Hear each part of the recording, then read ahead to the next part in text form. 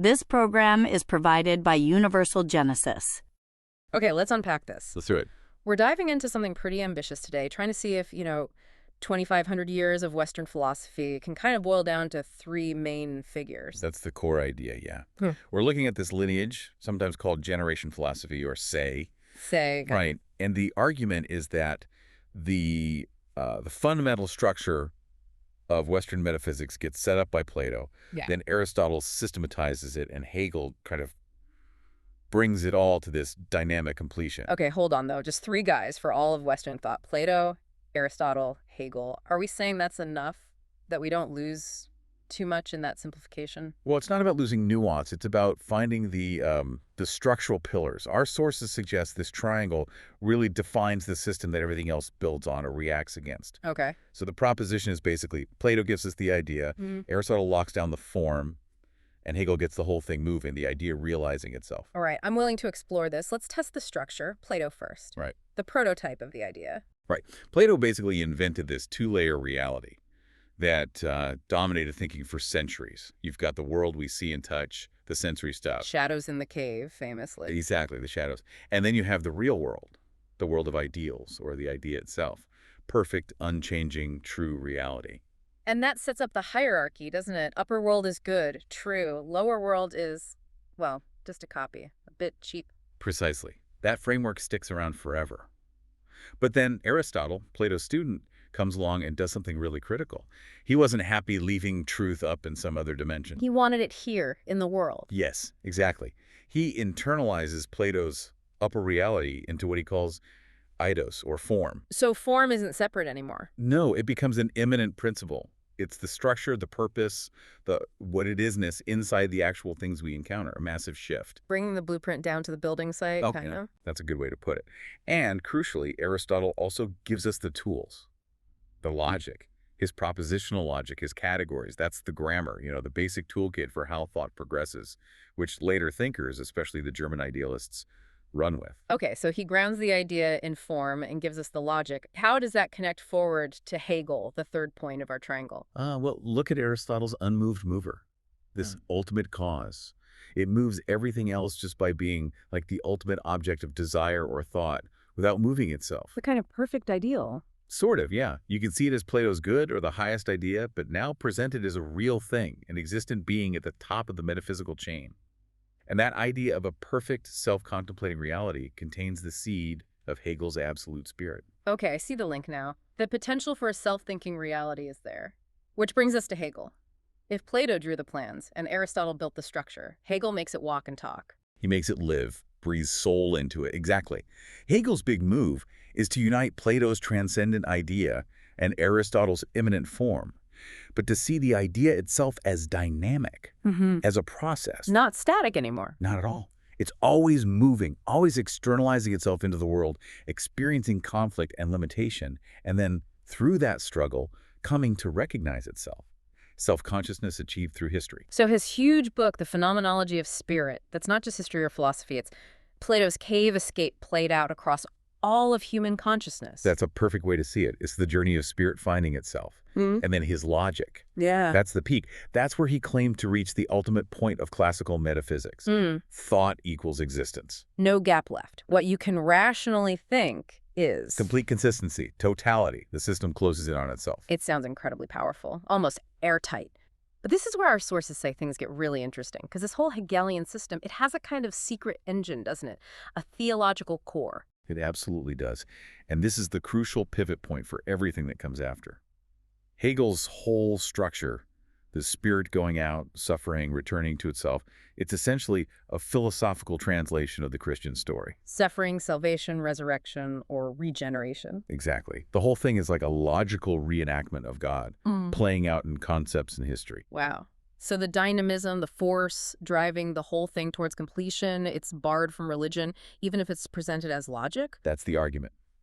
And this makes the idea of purpose, or telos, incredibly important to understand, because there are two different kinds of telos colliding right here at the peak of Hegel. Okay, break those down for us. Two types of purpose. First, you've got the Aristotelian kind. It's natural, it's immanent.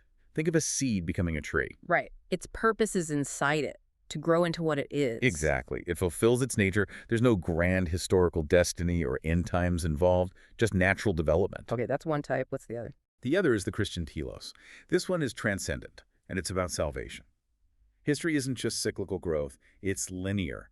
It's heading somewhere specific. Towards redemption, an end goal. Towards redemption, a final reconciliation with God. Time itself has a moral direction, moving towards this ultimate salvational endpoint. And Hegel's system, with the spirit returning to itself, achieving absolute knowledge that relies on this salvation structure, the return home. Definitely. Needs that closure, that final reconciliation. So the huge challenge then for philosophers after Hegel in the 19th and 20th centuries was this. Can we keep the dynamic engine, the powerful idea of movement and self-development? But ditch the God part. Ditch the guaranteed happy ending, the transcendent purpose. Precisely. Can the world keep moving, keep generating, without a divine destination mapped out in advance? And that leads us straight into the crisis point. If you pull out that theological pin, the whole thing could just collapse. Enter Nietzsche. A man with the hammer. Right. His infamous God is dead declaration, that's him saying, okay, game over for external value, for transcendent purpose. Absolutely. He smashes the idols, Plato's ideas, the Christian God, Hegel's absolute spirit. They're all sources of value outside of life. If they're gone, then any force, any value, any purpose that remains must come from within life itself. It has to be immanent. No more looking upwards or outwards for meaning? It has to bubble up from below. And it's important to remember Nietzsche's background here. He starts as a classical philologist, studying ancient Greece. Right. He wasn't just reacting to recent German philosophy. No, he saw the problem starting much earlier. He thought Plato was the one who took the vibrant, chaotic, living spirit of early Greece and kind of froze it, turned it into static, dead concepts like idea and being. So who did Nietzsche admire from that early period? His highest praise, almost uniquely, goes to Heraclitus, the pre-Socratic thinker. Everything flows. Pantarei, yeah, everything flows. And war or strife is the father of all things. This constant flux, this necessary opposition, these ideas directly feed into Nietzsche's core concepts like the will to power and his whole emphasis on becoming over being. He wanted philosophy to embrace the fire, the change, the struggle, not try to escape it into some static heaven, which connects to his early work, The Birth of Tragedy. What's a tragedy and birth about there? Okay, so The Birth of Tragedy looks at Greek stage tragedy, the art form. He argues it was born from a perfect tense balance between two fundamental life principles. The Apollonian and the Dionysian. Exactly. First, the Apollonian. Think Apollo, god of light, reason, order. It's the drive towards form, beauty, clarity, individuation. Like the clarity of a dream or a sculpture. And sense of things, giving them shape. Right. But that was held in check, in perfect tension by the Dionysian. Think Dionysus, god of wine, music, ecstasy. Yes. And Greek tragedy, for Nietzsche, was genius because it staged this clash. It affirmed the terrifying Dionysian reality through the beautiful Apollonian form. But then, he argues, Socrates came along. With his rationality. With his relentless questioning, his demand for reasons, his belief that virtue is knowledge. Nietzsche thought Socratic rationality killed the tragic spirit.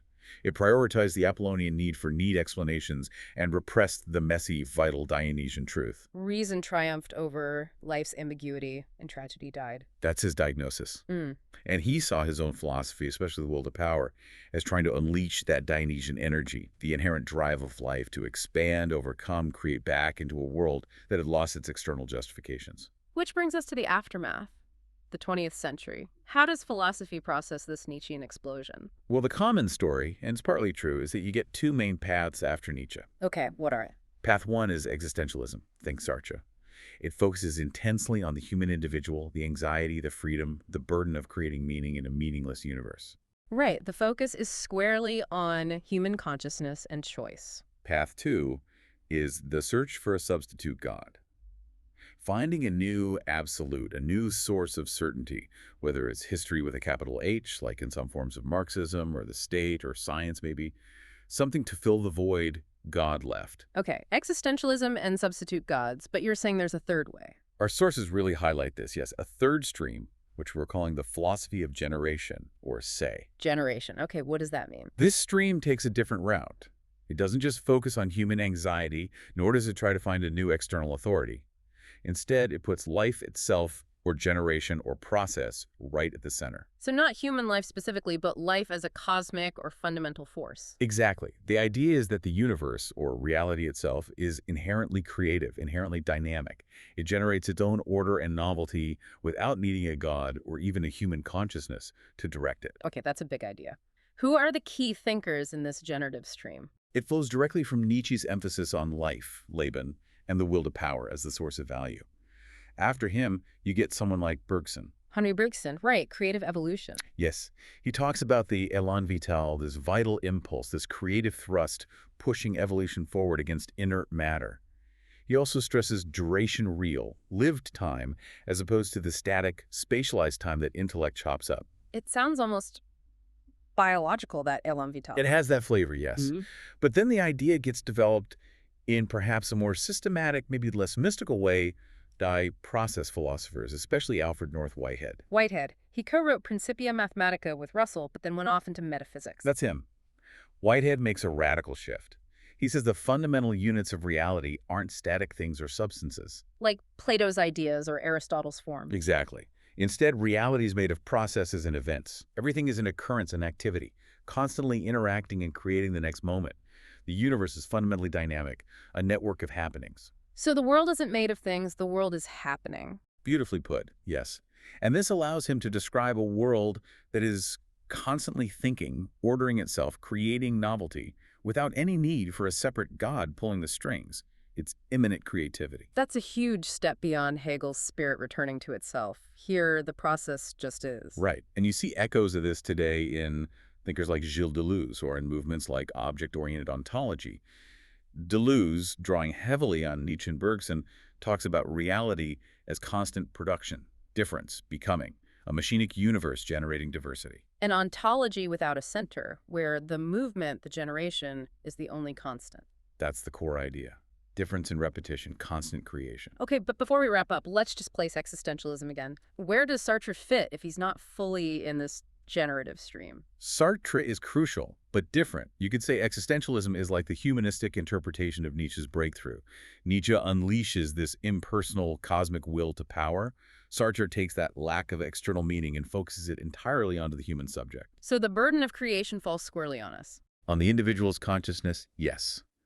The generative force becomes the terrifying freedom and responsibility to create value ex nihilo out of nothing. It's the human translation of that wider, more than human process. Got it. So looking back at the whole journey then, we started with Plato, putting the real truth above the world in the ideas. Then Aristotle brought that form into the world. Hegel made the whole thing dynamic, a self-realizing spirit, but secretly powered by a theological engine. Until Nietzsche cut the cord, declared God dead, and forced philosophy to find power within life itself. Leading to this third stream, the say, or generative philosophy, which tries to build a worldview where the universe itself is the source of its own ongoing creation and order. Exactly. The big goal of this lineage, from Whitehead maybe up to Deleuze, is to create a kind of new monism, a unified worldview, one that has the coherence, the totality perhaps that Hegel aimed for. But without the need for God or an absolute spirit. Right. It's a world where, in a sense, the world itself is thinking in place of God. The creativity is inherent, not bestowed. From idea above the world to form in the world to the world as creative thought itself. That's quite the arc. It really maps the core trajectory of Western metaphysics and its subsequent transformation. So here's a final thought for you, the listener, to chew on. If we take this modern idea seriously, this notion of an intrinsically generative force in the universe, whether it's Bergson's élan vital, Whitehead's process, or Deleuze's production of difference. Where does that leave us? Well, how might that change how we view things like scientific discovery? Or even human agency, if the world itself is inherently creative, inherently thinking? Does that make our own freedom and creativity more profound, or somehow less unique? Does it empower us or diminish us within a larger self-creating cosmos? That's the provocative question, isn't it? What does human action mean in a world that thinks itself? This program is provided by Universal Genesis.